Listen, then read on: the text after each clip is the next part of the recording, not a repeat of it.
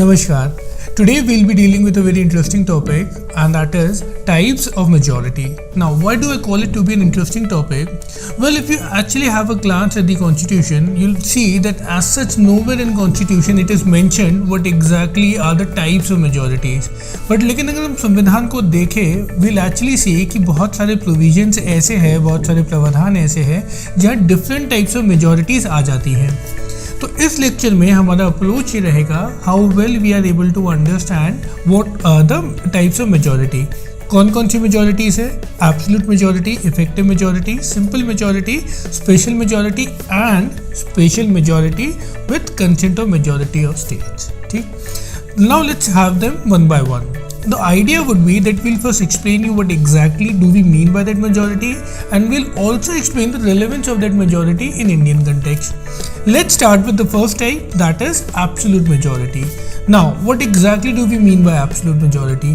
Well, absolute majority means that majority of the total membership of the house. जो भी किसी भी house, चाहे आप लोकसभा ले ले या राज्यसभा ले ले, उसकी टोटल मेंबरशिप होती है. अगर 50% से ज़्यादा मेंबर्स मिल जाते हैं आपको, तो ये कहा जाता है कि एब्सोल्यूट मेजॉरिटी रीच कर गई है. Let's try to understand it with an example. In Lok Sabha we know that there are 545 members. So what exactly will be the absolute majority? 545 की 50%, that would be 545 divided by 2 plus 1, that will come at 273. So if you have 273 members, we will say that you have absolute majority, right? Now let's get to the relevance of absolute majority in Indian context. Well, अगर हम संविधान को as such देखें और parliamentary proceedings को देखें, तो ये बात साफ हो जाती है कि एब्सोल्यूट मेजॉरिटी as such कहीं यूज होता नहीं है, except for one aspect, that is in fact a very important aspect, और वो है formation of government. Whenever a party seeks to claim their stakes for forming a government, they actually need to prove absolute majority on the floor of the parliament. Even आपने कभी coalition government की equations भी देखी होगी, that is around getting that magical figure of 273. अगर 273 members आपके पास आ जाते हैं, तो हम ये कहते हैं that we have reached absolute majority. तो यहाँ हमारा absolute majority clear हो गया. Now let's try to understand the second form of majority, and this is called effective majority. क्या है effective majority? Simply put, effective majority is more than 50% of the effective strength of the house. अब सवाल ये आता है, what exactly do we mean by effective strength? Effective strength means that we deduct the vacancies from the total number of members. Vacancies can get created over a time in any house. That could be due to number of reasons. That reasons may be resignation, unforeseen circumstance like that. But more often than not, if we actually see, the vacancies are created due to disqualifications. Now, let's try to understand it by an example. What is the total strength of Rajya Sabha? We all know it is 245. Let's say due to different reasons, number of vacancies in Rajya Sabha is 43. That means we are left with effective strength of the house as 245 minus 43 is equal to 202. 202 forms the effective strength of the Rajya Sabha. अब effective majority will be the majority of effective strength, that is 202, which will come out to be 102. No confusions over there. मतलब अगर 102 in this situation is reached, we would say that effective majority has been achieved. No doubts. Let's come to the relevance of effective majority with respect to parliamentary system of India. The most important relevance is with respect to the removal of vice president from the Rajya Sabha. The reason I believe it to be very important is because under Article 67B, what is required is effective majority and not absolute majority as being suggested by several books. इस चीज़ को ध्यान दीजिएगा that removal of vice president in Rajya Sabha requires effective majority and not absolute majority. In the same way, removal of speaker and deputy speaker from Lok Sabha and even in state legislative assemblies requires effective majority for the motion to be passed. Now that we have understood absolute majority and we have understood effective majority, let's come to the third form, that is simple majority. Simple majority in many ways is one of the most important type of majorities we need to know, for the simple reason that it is also the most frequently used majority in our parliamentary system. Now what exactly do we mean by simple majority? Well, simple majority means more than 50% of the members present and voting. अब यहाँ पे दो terms आते हैं, present, voting. What exactly do we mean by each of these terms? इसको समझते हैं. Present का मतलब ये है that we may have a situation in which we have the members of the parliament, but some of them chose not to come on that day. Those members are called to be absent, while the members who did came that day are called to be present. As far as voting is concerned, that even though a member may be present on that day, that member may choose not to vote on the matter. In other words, chooses to abstain from voting on the matter on the table. So here is what simple majority comes about. That simple majority will be counted on the majority of the people who are present and voted. Let's take an example to make it even more clear. Lok Sabha में, as we discussed, 545 members है, right? Let's say 500 members are present on that day, that is 45 members were absent. Let's assume 50 members chose to abstain from voting on that day. So now we are effectively left with 545 minus 45 who were absent and minus 50 who abstained, thus 450 members. Simple majority will be determined on these 450 members. You need to reach majority in these 450 members, which will of course come to 226, right? So when you have 226 members, in this case we will said to have achieved simple majority and the motion will be passed. I think we are clear on this. Now let's try to understand the relevance of simple majority in Indian parliamentary system. First and most basic is the passage of several type of bills, ordinary bills, finance bills, money bills. All of these require a simple majority which we need to come good at. In the same way, motions like adjournment motions, no confidence motion, censure motion again requires simple majority. Even with respect to emergency, we have financial emergency which also requires the test of simple majority for it to be passed. With respect to election of deputy speaker and speaker of Lok Sabha, simple majority again is considered. Even with respect to certain constitutional amendment bills, and this is something which you need to pay very much attention to, also can be passed via simple majority. A simple example is Article 2 and Article 3, which mainly pertains to renaming of state, reorganization of state and formation of new states.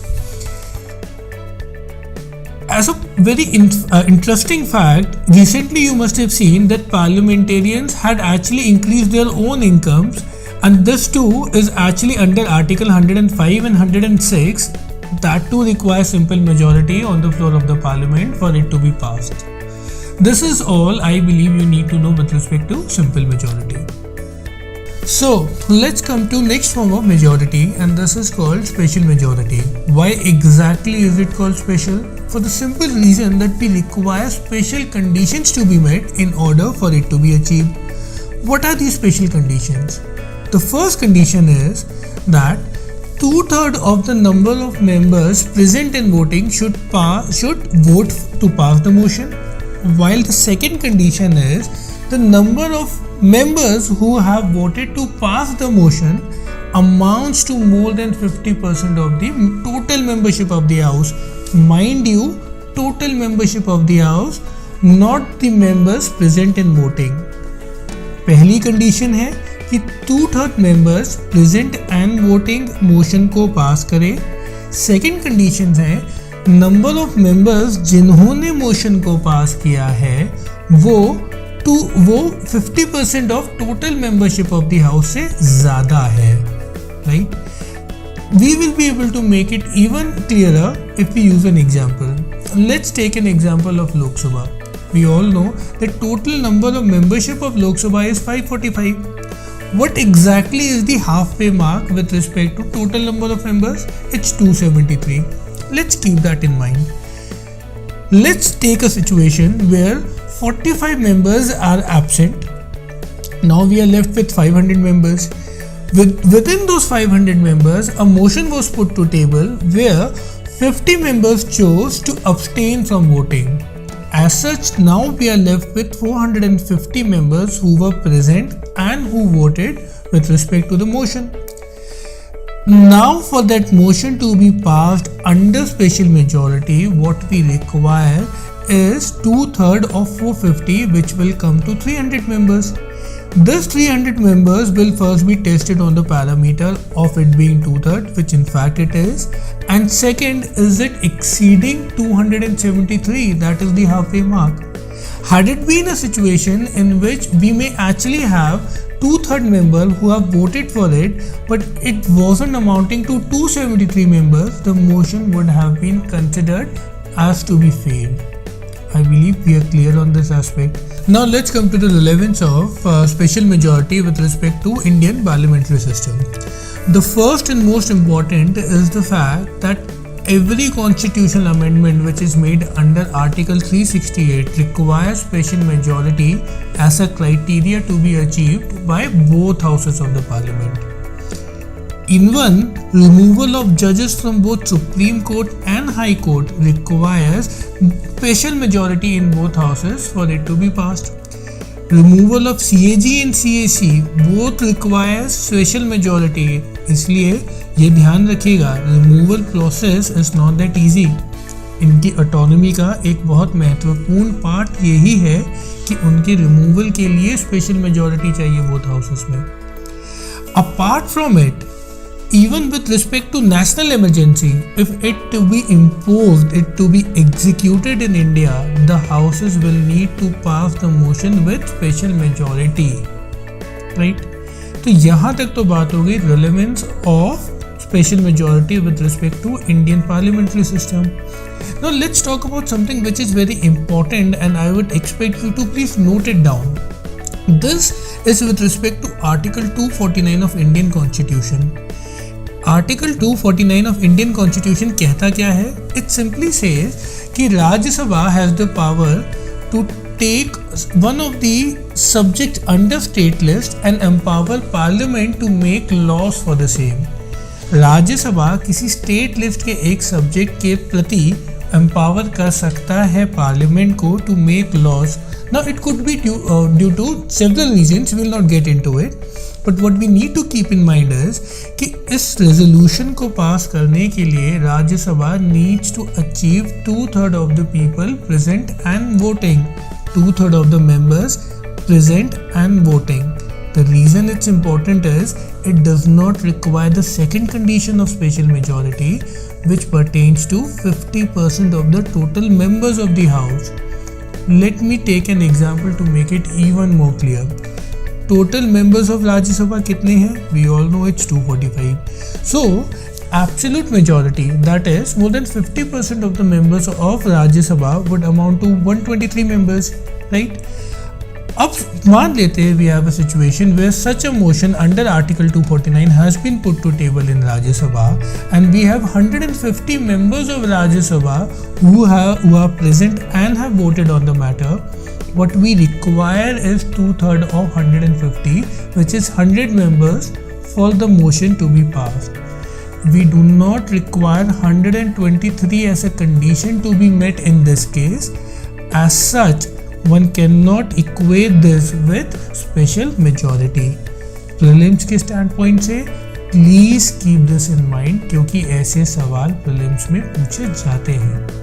So now we have come down to our last form of majority which we need to know from exam standpoint, and that is special majority plus ratification by the states. अब इसका मतलब क्या है? Well, simply put, इसमें दो aspects है, दो conditions है which needs to be met. The first condition is that any motion of such nature will need to be passed by both houses of parliament with special majority. Special majority जो हमने अभी थोड़ी देर पहले समझा, उन्हीं की conditions. Now once this first condition is met, the same resolution, the same matter will now be put to test in 29 states of India. And the state legislature will now need to pass or fail the matter which has been put to test. अगर 50% से ज़्यादा states ने इसको via resolution पास कर दिया, then we would say that the motion as such has been passed by India and it will come to effect. 50% of states, India के context में we all know we have 29 states, so more than 15 or more than 15 states, right? No confusion here. Now let's try to understand why exactly do we need such kind of a provision. What is the relevance of this in Indian parliamentary system? Well, the relevance of it is very simple, that under Article 368, there are when we want to make any amendment to our Indian constitution, those aspects of Indian constitution which pertains to federal nature of Indian polity will need to fulfill this criteria for it to be fulfilled. Federal nature मतलब क्या, state का भी stake होगा, centre का भी stake होगा, तो ऐसा तो नहीं हो सकता है कि सेंटर सिर्फ अपने लेवल पे जो प्रोविजन स्टेट की पावर्स को अफेक्ट करते हैं, स्टेट के प्रोविजंस को अफेक्ट करते हैं, वो चेंज कर दे। इसलिए फेडरल नेचर को प्रोटेक्ट करने के लिए ये स्पेशल सेफगार्ड रखा गया, ये एक स्पेशल टाइप ऑफ मेजॉरिटी को रखा गया, right. Even election of president and the manner in which a president is getting elected, all the provisions pertaining to that, if it needs to be amended, would require this kind of majority to be passed. सीधा सा reason है because the president is the head of the republic and head of the republic do have an effect on the federal structure of Indian constitution. In the same way, representation of states in Rajya Sabha, अगर इसको बदलना है, क्योंकि हम ये जानते हैं कि हर स्टेट की अलग अलग रिप्रेजेंटेशन है राज्यसभा में, अगर इस फिगर को बदलना है उसके लिए भी हमें इस तरह की मेजॉरिटी को पास करना पड़ेगा। Keep that in mind, even we want to amend Article 368 itself. What exactly is Article 368? That is the procedure required for us to amend the constitution. उसके लिए भी it is necessary that this test is met, right? I think we have covered everything which is required for us to know in terms of clearing the exam and dealing with all types of questions which are required. If there is any doubt, please leave it in comments.